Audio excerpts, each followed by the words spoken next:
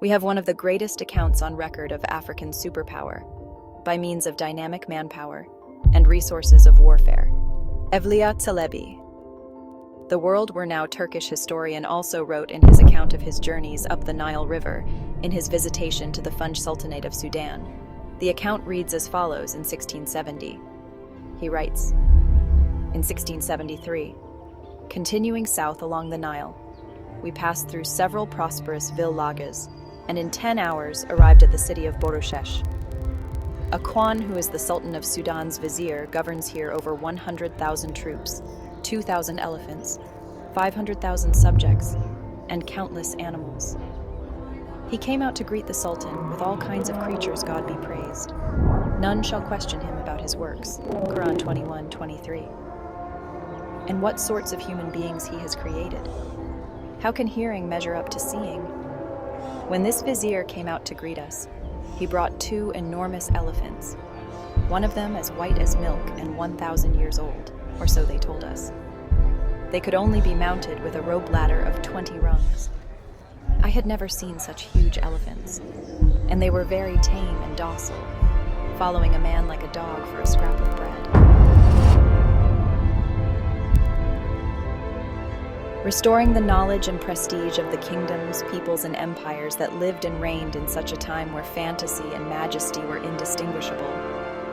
When the center of Africa is the center of the world, and where wealth, power, and strategic warfare and defense were unmatched, in the very soul of human civilization, the most profound and exotic empires of human history, such as the Kingdom of Kush, the Kingdom of Alodia, the Kingdom of Dangola, the Kingdom of Makuria, the Mali Empire, the Songhai Empire, the Ghana Empire, the Kanem-Bornu Empire, the Benin Empire, the 𝒐𝒚𝒂𝒍 Empire, Great Zimbabwe, the Kingdom of Congo, the Sabaean Empire, the Adenite kingdoms of Kush Arabia.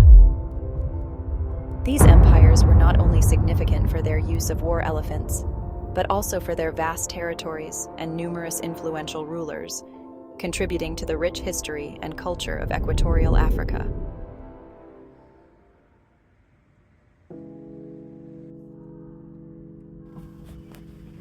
The ingenuity of Africa, the complexity of Africa, and the majesty of Africa is not in early Western education. It is primarily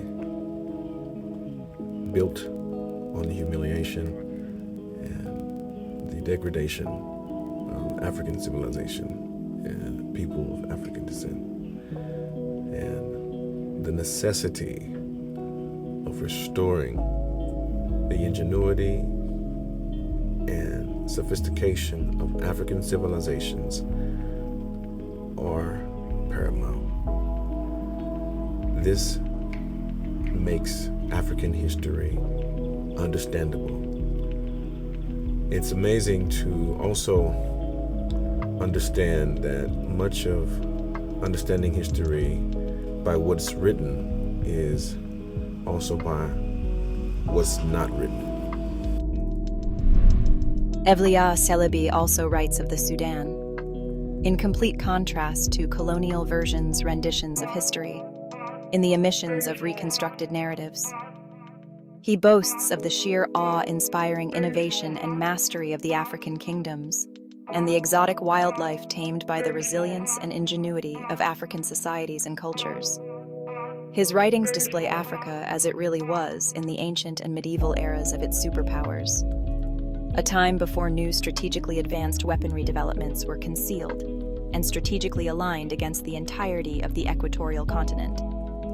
He writes, "The reason this fortress is called Kisa, church, is that 3 hours west of here, in a pleasant and airy plain, is the Friday Mosque of the Prophet Solomon, which is constructed like a church, with its praver niche facing north towards Jerusalem.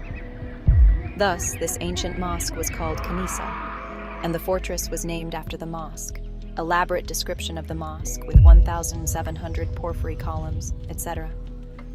If this mosque were in a civilized country, it would be a paradise.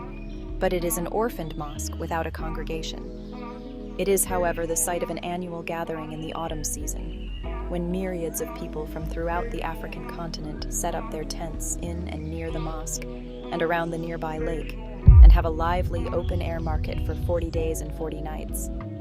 This large lake has a circumference of 11 stages.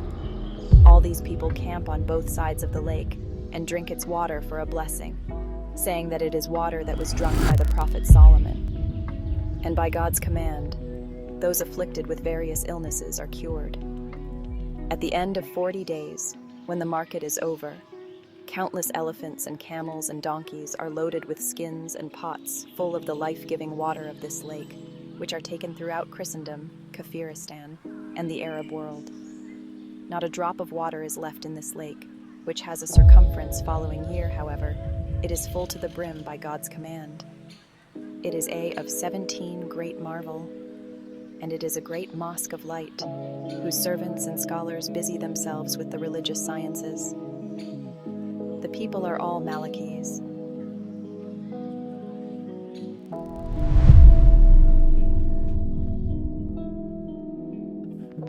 These accounts of 𝒍𝒂𝒊𝒄𝒂𝒏 are invaluable to African history and to historians, and we owe a debt of gratitude for the account he kept. Accurate, unedited history will always prove to be more valuable than any other account. Thank you for joining us on this remarkable journey. We invite you to immerse yourself and contribute to the preservation and celebration of our shared heritage. Stay tuned as we unfold the chapters of this exhibit, unveiling the splendor of Africa's royal war elephants and the legacy they left behind. Your support and engagement are vital as we engage the past and build a bridge to the future with the wisdom and strength of our ancestors.